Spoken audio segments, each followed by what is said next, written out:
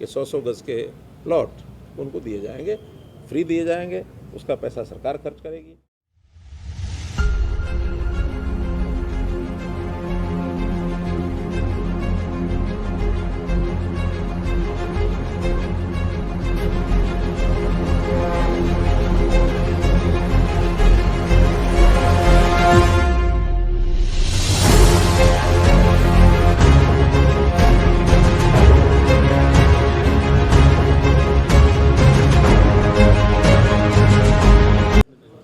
मित्रों, आज सिरसा शहर का मेरा दिन भर का ये दौरा रहा है। संयोग ऐसा बना कि सबसे पहले तो मेरे थोड़े संबंध भी बने हुए हैं। हमारे जो राधा स्वामी सत्संग बाबा गुरविंदर सिंह जी ढिल्लो, उनके साथ एक बार मिलना हुआ। उन्होंने बताया था मुझे कि 29 तारीख को उनका एक सत्संग कार्यक्रम है, तो उनके दर्शन किए।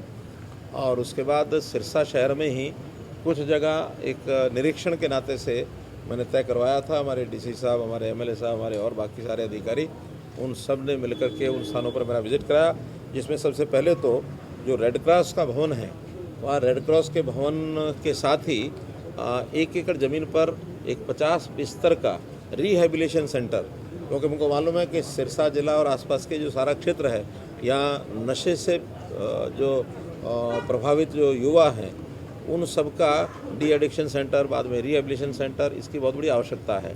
तो उसमें सबसे पहले तो उस रिहेबिलिटेशन सेंटर की मंजूरी मैंने दे दी है। तो रेड क्रॉस के भवन की बैक साइड में 1 एकड़ ज़मीन उसके लिए मंजूर कर दी है।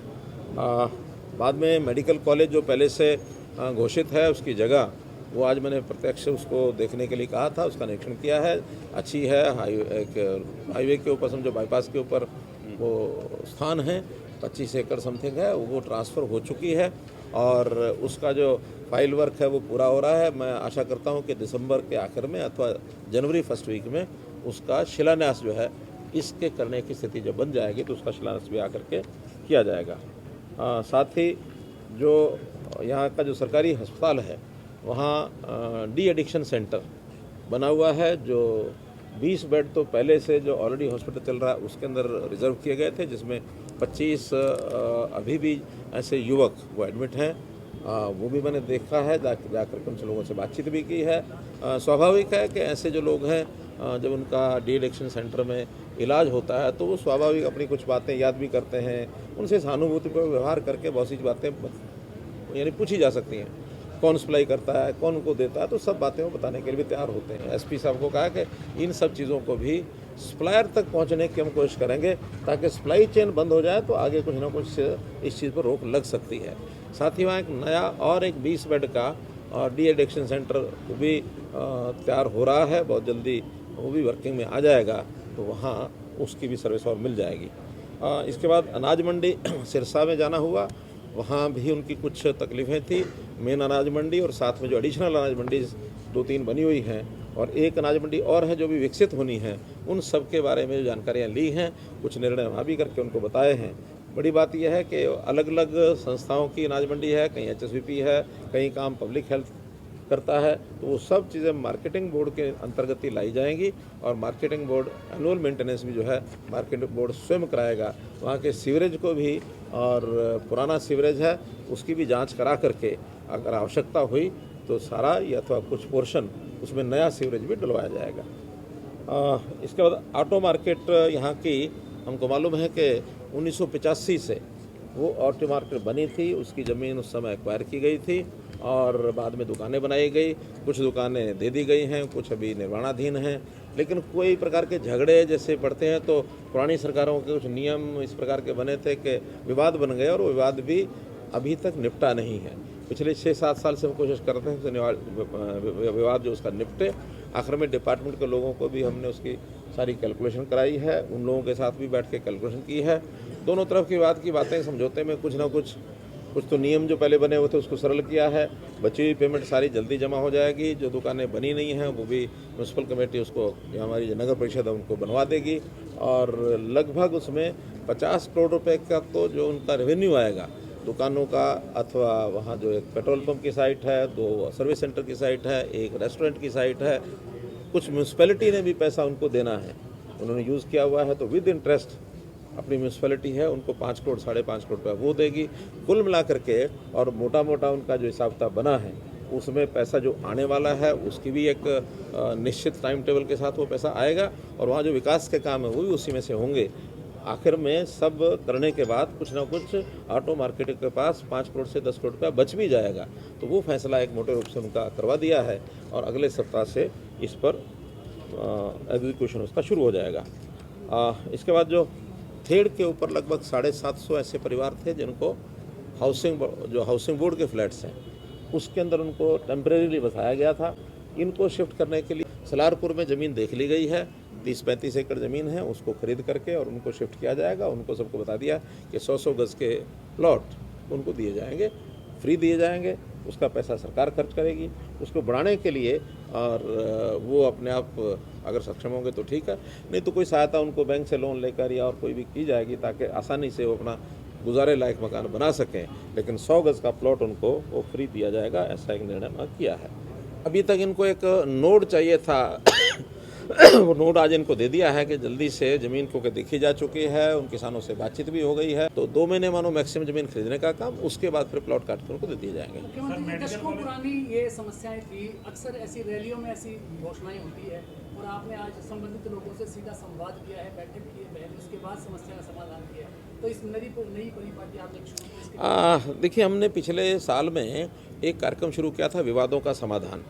मुझे ध्यान में है कि बहुत से ऐसे हरियाणा में विवाद हैं, कोई 15 साल पुराना, कोई 20 साल पुराना, 25-30 साल पुराना। एक विवाद तो ऐसा निकल करके आया, अभी जनसंवाद के कार्यक्रम किए हैं तो कोई एक म्यूटेशन का एक झगड़ा वो लेकर के चला और हमारे अधिकारी भी उसमें जूझ रहे हैं। उसकी बात कुछ है, कोर्ट की बात कुछ है। तो अल्टीमेटली ध्यान में क्या आया कि एक म्यूटेशन है सन 1902 की और एक म्यूटेशन उसके बाद हो गई 1906 में। तो 2 में वो बताता है ठीक है, 6 में किसी ने गड़बड़ कर दी। अब 2 और 6 में कौन सी ठीक है कौन सी गड़बड़ हुई है, ये 116 साल का किस्सा पुराना, 117 साल का। फिर भी मैंने अधिकारियों को बैठाया, 2 IAS बैठाए कि भाई रेवेन्यू रिकॉर्ड जितना भी है सब पटवारी तहसीलदार उनको बैठा करके इसे अध्ययन करो, लेकिन इसका जो ठीक फैसला है 1902 का ठीक है तो वो लागू करो, 1906 का ठीक है तो वो लागू करो। यानी 125 साल पुरानी जब अंग्रेज़ों के समय की ये झगड़े। लेकिन मेरे मन में इस बात का संतोष रहता है कि हम उसकी गहराई में जाते हैं और गहराई में तभी जाया जा सकता है जब स्वयं उसमें आप जब हस्तक्षेप करें। स्वयं हस्तक्षेप ना करें तो फिर फाइलें तो आपको पता है, फाइल तो वो उसकी तरफ सरकार देगा, वो उसकी तरफ सरकार देगा, सरकार सरकार ये खेलती रहती है। आपको पता है 2004 से ये भी उलझा हुआ है, लेकिन अल्टीमेटली अब ये कोर्ट में गया है तो कोर्ट जो है उसका फैसला कर चुका है कि SYL बननी है।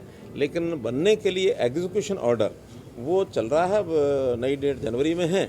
जनवरी के अंदर फिर देखते हैं सरकारों के बारे में जो हाई कोर्ट का, एक सुप्रीम कोर्ट का ये विषय है कि वो उसको एग्जीक्यूट करें। क्या निर्णय सुप्रीम कोर्ट देता देखेंगे। विपक्ष के लोग बार-बार यही कहते हैं कि हर बार मेडिकल कॉलेज का जिक्र किया जाता है। नहीं, जिक्र नहीं किया जाता, वादा करके जाएंगे कि जिक्र नहीं किया जाता। आज मैंने प्रत्यक्ष उस साइट को देखा है और प्रत्यक्ष उसकी फाइलें भी देख ली हैं। ज़मीन ट्रांसफ़र का विषय था वो कंप्लीट हो गया है और ज़मीन कंप्लीट होने के बाद उसको लीज पर दिया गया है। पहले ये HIO हिसार की ज़मीन है तो उन्होंने, चूँकि HIO इंडिपेंडेंट ऑटोनोमस बॉडी है, उन्होंने MER के नाम उसको लीज पर कर दिया है और वो कंपनी भी तय हो गई है, HLL हाँ कंपनी तय हो गई है जिसने उसका सारा डिज़ाइन बनाना है, जिसने उसका टेंडर डॉक्यूमेंट वो तैयार करना है। और जो मुझे बताया गया है कि जनवरी तक सब करके हम कंप्लीट इसका टेंडर लगा देंगे और टेंडर लगते ही शिलान्यास करने के लिए मैं स्वयं आऊँगा। मैं कह रहा हूँ जनवरी के महीने में शिलान्यास करने खुद आऊँगा। और एक बात जो मुझे आप सबके सामने अभी बतानी है, मैंने अभी किसी को बताई नहीं है, पहले यहीं उसका मैं रहस्य उद्घाटन करता हूँ कि इस मेडिकल कॉलेज का नाम संत सरसाईनाथ के नाम से रखा जाएगा। को लेकर काफी सरकार भी गंभीर रही है, सिरसा पे खासतौर से मैंने ये गंभीरता कम है क्या? संत सरसाईनाथ का तो यानी इस शहर के बसाने में कोई भूमिका उनकी रही है ना। ये शहर अब उनको संत बाबा सरसाईनाथ के नाम से जाना जाता है, तो बाबा सरसाईनाथ के नाम से इस मेडिकल, और हमने जितने भी ऐसे संस्थान हैं वो सब महापुरुषों के नाम से ही रखे हैं। फतेहाबाद में गुरु रविदास जी के नाम से रखा है, भगवान परशुराम जी के नाम से हमने कैथल में मेडिकल कॉलेज रखा है, यमुनानगर का मेडिकल कॉलेज गुरु तेग बहादुर जी के नाम से रखा है, यूनिवर्सिटीज़ मेडिकल जो यूनिवर्सिटी है वो अपने पंडित दीनदयाल जी उपाध्याय के नाम से रखी है, हमने विश्वकर्मा कौशल विश्वविद्यालय पलवल का वो भगवान विश्वकर्मा के नाम से रखा है, हमने बाप दादा के नाम से कभी नहीं रखा है।